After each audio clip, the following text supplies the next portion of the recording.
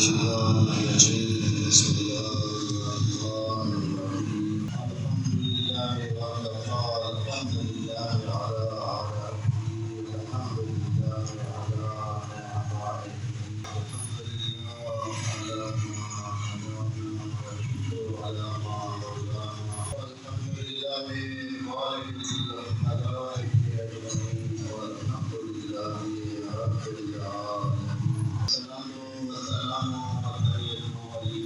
على سيدنا وسيد العالم شفيع ذنوبنا وتكفير ذنوبنا مولانا رب العالمين رحمة للعالمين أبي العالمين محمد اللهم صل على محمد وآل محمد وعلى آل بيته والطيبين الطاهرين أما بعد فبشرى قلبي ويسر أمري واحلل عقدة من لساني يفقهوا قولي وقل جزري وكلفتي وعقلي مخرج فيكم واجعلني وتذكرا قرآنا كثيرا بسم الله وبالله توكلت على الله قال الله تبارك وتعالى في موضع كتابه وأحكم بيانه بسم الله الرحمن الرحيم ألف لام ميم ذلك الكتاب لا ريب فيه هدى للمتقين الذين يؤمنون بالغيب ويقيمون الصلاة ومما رزقناهم ينفقون والذين يؤمنون بما أنزل إليك وما أنزل من قبلك وبالآخرة هم يؤمنون أولئك على هدى من ربهم وأولئك هم المفلحون صدق الله العلي العظيم تنزل اللهم صل على محمد وآل محمد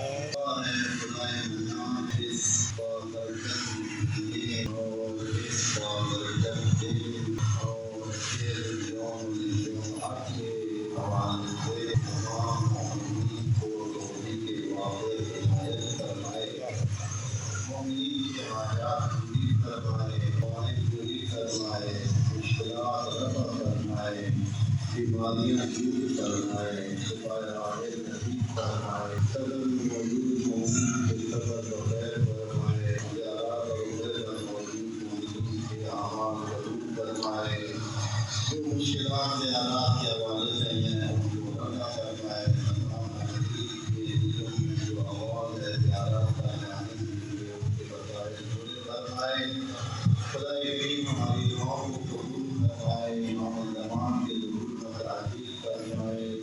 سے پہلے اس کو ہم سے راضی فرمائے دعاؤں کی قبولیت والے خدا دعوات اللہم صلی علی محمد وآل محمد قرآن کی 5 آیتیں ابتدائی آیات ہیں قرآن کی اکثر زمانے طالب علمی سے جب انسان قرآن پڑھنا شروع کرتا ہے یہ وہ آیات اکثر وہ حفظ ہو جاتی ہیں کیونکہ قرآن پڑھنا شروع کرتے ہیں تو پہلے سپارے میں یہ آیات موجود ہیں عام کے بعد پہلی آیات کی ہیں الف لام میم ذالک الکتاب لا ریب فیہ ہدی للمتقین الذین یؤمنون بالغیب آج ہم انشاءاللہ اس جو مناسبت ہے کل شعبان کیونکہ ہمارے لیے